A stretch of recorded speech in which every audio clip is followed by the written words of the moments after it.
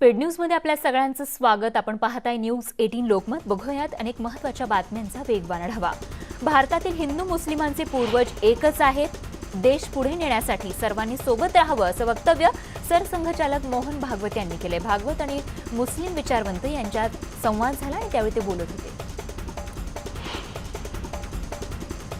नागपूरमध्ये 3 दिवसांनंतर पुन्हा कडक निर्बंध लादण्यात येणार आहेत। नवीन निर्बंधानुसार रेस्टॉरंट 8 वाजेपर्यंत खुली राहतील तर दुकानं 4 वाजेपर्यंत खुली राहणार आहेत। सोबतच परत एकदा वीकेंड बाजारपेठेसाठीही लॉकडाऊन सुरू करण्यात येणार आहे। सर्व संघटनांसोबत तशी चर्चा करून 3 दिवसांनंतर हे नियम लागू करण्यात येणार आहेत।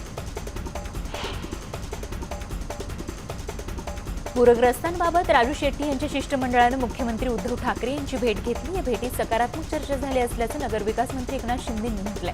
मुख्यमंत्र्यांनी सकारात्मक निर्णय घेण्याचे संकेत दिलेत। घेतलेल्या निर्णयाची अंमलबजावणी करण्याबाबत चर्चा झाली आहे। 2019 प्रमाणे मदत करण्याबाबत चर्चा झाली असून पूररेषेतील बांधकामांचा प्रश्न आहे आणि यावर तोडगा काढला जाईल। कोविडचे रुग्ण पुन्हा वाढतायत, तिसरी लाट येऊ नये यासाठी सरकार प्रयत्नशील असल्याचंही त्यांनी म्हटलंय।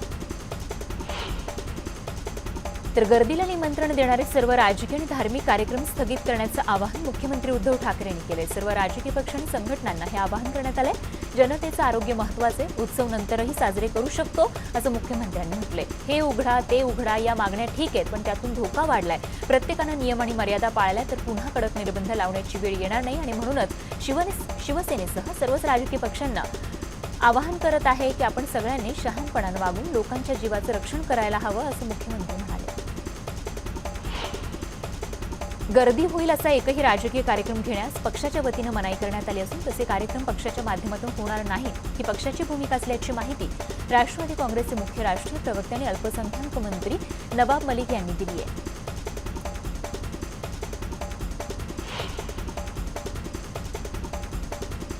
राष्ट्रवादी काँग्रेस पक्षाची बुधवारी बैठक होत आहे। आमदारांच्या समस्या आणि निवडणुकीबाबत या बैठकीत चर्चा होणार आहे आणि त्याच संदर्भात या बैठकीचं आयोजन करण्यात आल्याचं राष्ट्रवादीचे नेते आणि मंत्री नवाब मलिक यांनी म्हटलं। या बैठकीला शरद पवारही उपस्थित असणार आहेत। काँग्रेस पक्षाच्या चिन्हावर जे उमेदवार विधानसभेची निवडणूक लढले आहेत त्या सर्वांना निमंत्रित करण्यात आलं असल्याचंही त्यांनी म्हटलंय।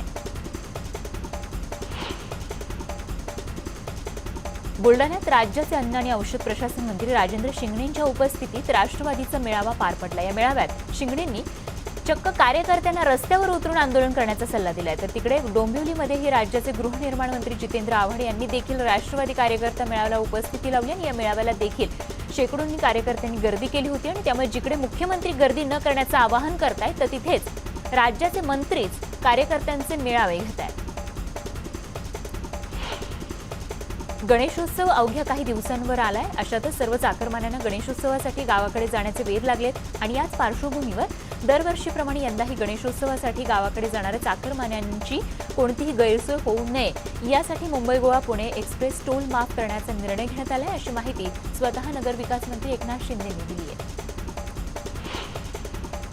एमपीएससी 2020च्या जाहिरातीवरून नाराजी व्यक्त केली जाते। धनगर समाजासाठी अवघी 2 पदं तर वंजारी समाजासाठी 0 जागा दिल्यामुळे दोन्ही समाजाच्या परीक्षार्थींमध्ये नाराजी आहे। बिंदू नामावली आरक्षण पद्धतीवरून घोळ झाला असून एनटीसी वर्गासाठी पीएसआयची 53 पदं रिक्त तर एनटीडी वर्गासाठी 17 रिक्त पदं लपवली गेली असल्याचं समोर आले। याबाबतचा आरोप आरक्षण हक्क कार्यकर्त्यांनी केलाय। मुंबईतील वीर जिजाबाई भोसले उद्यानाच्या प्राणी संग्रहालयातील पेंग्विनमुळे उद्यानाची शोभा वाढली आहे। मात्र पेंग्विनच्या देखभालीचा खर्चही प्रचंड मोठा आहे। पेंग्विनच्या देखभालीसाठी मागवलेल्या 15 कोटींच्या निविदेवरून काँग्रेस आणि भाजपनं शिवसेनेवर निशाणा साधलाय। करदात्यांच्या पैशातून कोट्यवधी रुपये खर्च करून हे पेंग्विन पालिका सांभाळतीये, परंतु आता यातूनच मुंबई महापालिकेत विरोधक आणि शिवसेना आमने सामने आले। मंगळवारी मुंबईच्या दादर स्थानकावरून गणपतीनिमित्त नितेश राणेंच्या वतीनं गणेशोत्सवानिमित्त नितेश राणेंच्या वतीनं कोकणात जाणाऱ्या चाकरमान्यांसाठी विशेष ट्रेन सोडली जाणार आहे। या ट्रेनमधून 1800 नागरिकांना कोकणात जाता येणार आहे। 18 डब्यांची ही ट्रेन असून सकाळी 11 वाजता ही ट्रेन सुटणार आहे।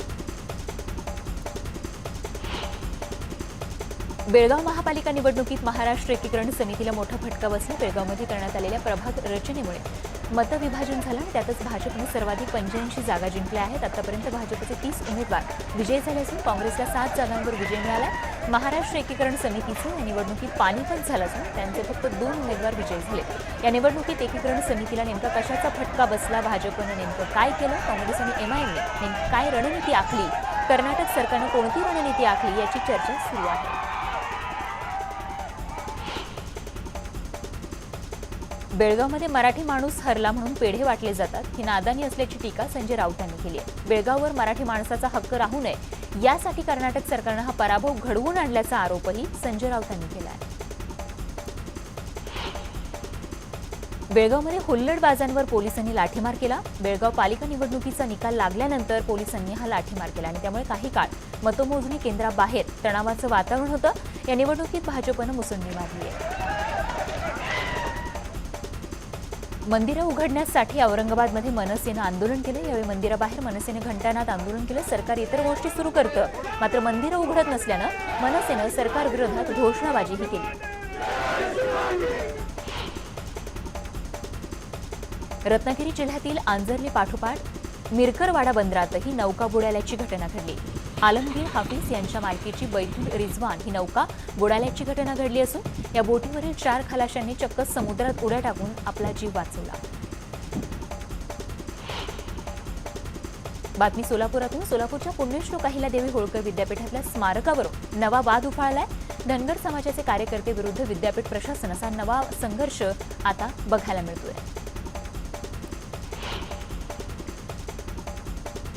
रायगड जिल्ह्यातील वरणघाट परिसरात बिबट्याचा वावर दिसून येतोय. वरण गावात बिबट्याच्या हल्ल्याची घटना समोर आली आहे. इथे गुराख्यावर बिबट्यानं हल्ला केलाय. बकऱ्या चारण्यासाठी ते गेले होते आणि अशा वेळी अचानक 2 बिबट्यांनी बकरी आणि गुराख्यावर हल्ला केला, ज्यामध्ये गुराखी आणि बकरीही जखमी झाली आहे. या परिसरात बिबट्याच्या हल्ल्याच्या घटना ज्या आहेत त्या दिवसागणिक वाढत आहेत आणि त्यामुळे ग्रामस्थांमध्ये भीतीचं वातावरण आहे. जुन्नरमध्ये तरसाच्या हल्ल्यात 2 जण गंभीर जखमी झालेत. खेड तालुक्यातील खरपुडी गावात ही घडलेली घटना आणि हा सगळा थरार मोबाईल कॅमेऱ्यात कैद झालाय. एक तरुण वेळीच मदतीला धावल्यानं एका वृद्ध नागरिकाचा जीव वाचलाय.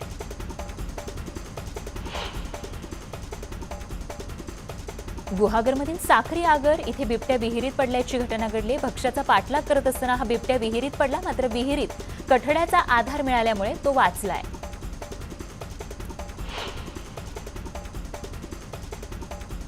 मांजरीला भक्ष्य करण्यासाठी पळालेला बिबट्या विहिरीत पडला असल्याची घटना घडली आहे. नाशिकच्या सिन्नर तालुक्यातील कणकोरी गावात ही घटना घडली आहे.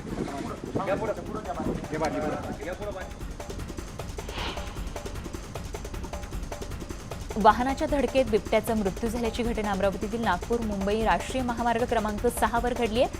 मृत्यू झालेल्या बिबट्यावर वनाधिकाऱ्यांनी अंत्यसंस्कार केले. दक्षिण मध्य रेल्वेच्या अकोला पूर्णा या लोहमार्गावरील विद्युतीकरणाचं काम प्रगतीपथावर आहे. वाशिमपर्यंत पोल रोवून पेंटा केबल टाकण्याचं काम पूर्ण झालंय.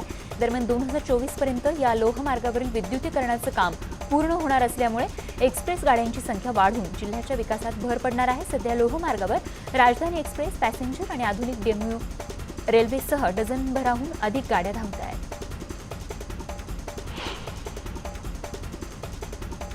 बातमी बीडमधून आहे. बीडमधील वडवणी तालुक्यातील पिंपरखेड नदीच्या पुरात 2 जण वाहून गेल्याची धक्कादायक घटना घडली. यामध्ये एकाला वाचवण्यात यश आले तर अन्य 2 पुराच्या पाण्यात वाहून गेलेत. मुसळधार पावसामुळे इथल्या नदीला पूर आला होता आणि त्यामुळे पाण्याचा अंदाज न आल्यानं वडिलांना वाचवत असताना मुलगा आणि भाचा दोघेही पुरात वाहून गेले. घटनास्थळी महसूल आणि पोलीस प्रशासन बचाव कार्य करत आहे. मात्र या घटनेनं तालुक्यात खळबळ उडाली आहे.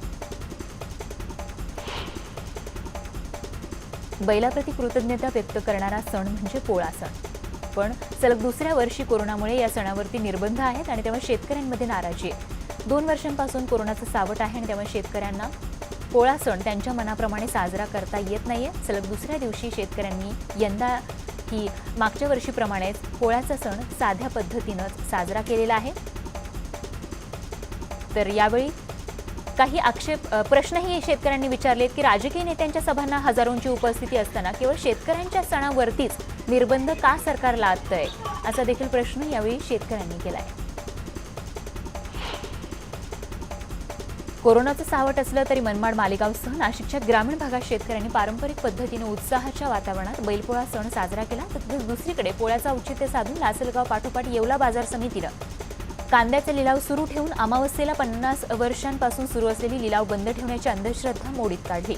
गेल्या अनेक वर्षांपासून मनमाड, लासलगाव, मालेगाव, येवला यासह नाशिक जिल्ह्यातील सर्वच बाजार समित्यात अमावस्येला लिलाव बंद ठेवण्याची प्रथा आहे. जळगाव जिल्ह्यातील भुसावळ तालुक्यातील वराडसिंग इथे बैलपोळा साजरा करण्याची 400 वर्षांची परंपरा आहे. जिल्ह्यातील सर्वात मोठ्या आणि अनोख्या पद्धतीनं या गावात पोळा साजरा होतो. परंतु कोरोनाच्या पार्श्वभूमीवर शासनाच्या आदेशानुसार सार्वजनिक पोळा साजरा करण्याची परवानगी नसल्यानं सलग दुसऱ्या वर्षी या गावाची 400 वर्षांची परंपरा खंडित झाली. वाशिम जिल्ह्यातील ढोरखेडा इथे महिलांनी बैलपोळा सण साजरा केला आहे. पुरुषांच्या खांद्याला खांदा लावून शेतात काम करणाऱ्या महिलांना हा मान मिळावा म्हणून वाशिम जिल्ह्यातील ढोरखेडा इथल्या ग्रामस्थांनी हा पोळा सण साजरा करण्याचा मान गेल्या 5 वर्षांपासून गावातील महिलांना दिला आणि त्यामुळे मोठ्या उत्साहात महिलांनी हा सण साजरा केला.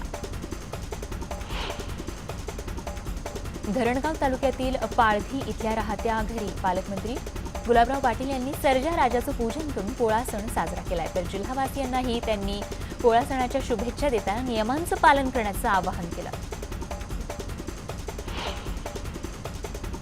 बैलपोळ्याच्या दिवशी नदीच्या प्रवाहात 2 बैल वाहून गेल्याची घटना परभणीत घडली आहे. नशीब बलवत्तर म्हणून बैलांचा जीव वाचलाय.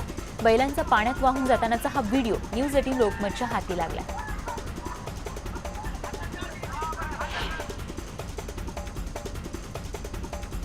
भूषण पवार आणि मित्रमंडळी यांनी महाबळेश्वरच्या पायथ्याशी झालेली अतिवृष्टी, कोसळलेली दरड, महाबळेश्वरचा खचलेला घाट आणि संपूर्ण वाहून गेलेली भात शेती याचा स्वतः आढावा घेऊन वैयक्तिकरित्या ग्रामस्थांना भेटून ग्रामस्थांच्या विनंतीनुसार परिस्थितीचा आढावा घेतला. वाडा कुंभारोशी गावाची त्यांनी पाहणी केली आणि लोकांच्या गरजा समजून घेतल्या. वाडा कुंभारोशी, नवघर, वाण्याची आळी, सामंताळी, मोरेआळी, कुरुंदवाडी, विद्याआळी आणि फणसवाडी अशा 7 गावांमध्ये 305 कुटुंबांना जीवनावश्यक वस्तूंची मदत देऊन आपलं कर्तव्य त्यांनी बजावलं.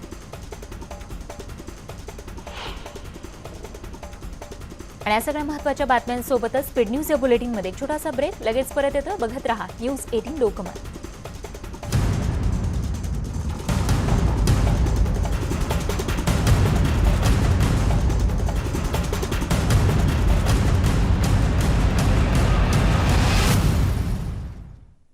ब्रेकनंतर बुलेटिनमध्ये आपल्या सगळ्यांचं पुन्हा एकदा स्वागत. बघत आणखीन काही महत्त्वाच्या बातम्या. रिलायन्स कंपनीच्या जिओ मोबाईल नेटवर्कची यशस्वी 5 वर्ष पूर्ण झाली आहेत. तंत्रज्ञान जगतातील आघाडीच्या सगळ्यांनीच जिओचं अभिनंदन केलंय. मोबाईल डेटा क्षेत्रात क्रांती घडवून आणण्यात जिओचा मोठा सहभाग आहे. जिओनं अत्यल्प दरात मोबाईल डेटा उपलब्ध करून दिलाय.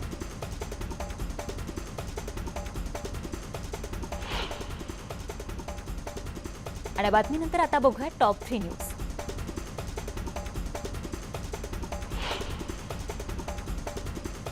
भारतातील हिंदू मुस्लिमांचे पूर्वज एकच आहे. देश पुढे नेण्यासाठी सर्वांनी सोबत राहावं असं वक्तव्य केले सरसंघचालक मोहन भागवत यांनी. भागवत आणि मुस्लिम विचारवंत यांच्यात संवाद झाला आणि त्यावेळी ते बोलत होते. नागपूरमध्ये 3 दिवसानंतर पुन्हा कडक निर्बंध लादण्यात येणार आहेत. नवीन निर्बंधानुसार रेस्टॉरंट हे 8 वाजेपर्यंत तर दुकानं ही 4 पर्यंत खुली राहणार आहेत. सोबतच परत एकदा वीकेंड बाजारपेठेसाठी लॉकडाऊन सुरू करण्यात येणार आहे. सर्व संघटनांसोबत चर्चा करून 3 दिवसानंतर हे नियम लागू करण्यात येणार आहे.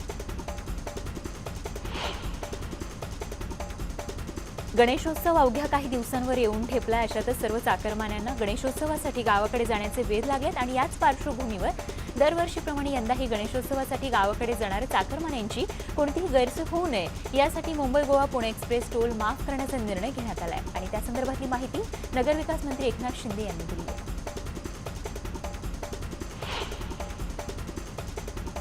आणि या सगळ्या महत्त्वाच्या बातम्यांसोबतच स्पीड न्यूज या बुलेटिनमध्ये वेळ झाली इथेच थांबण्याची. ताज्या अपडेटसह लगेच परत येतो. बघत रहा न्यूज 18 लोकमत.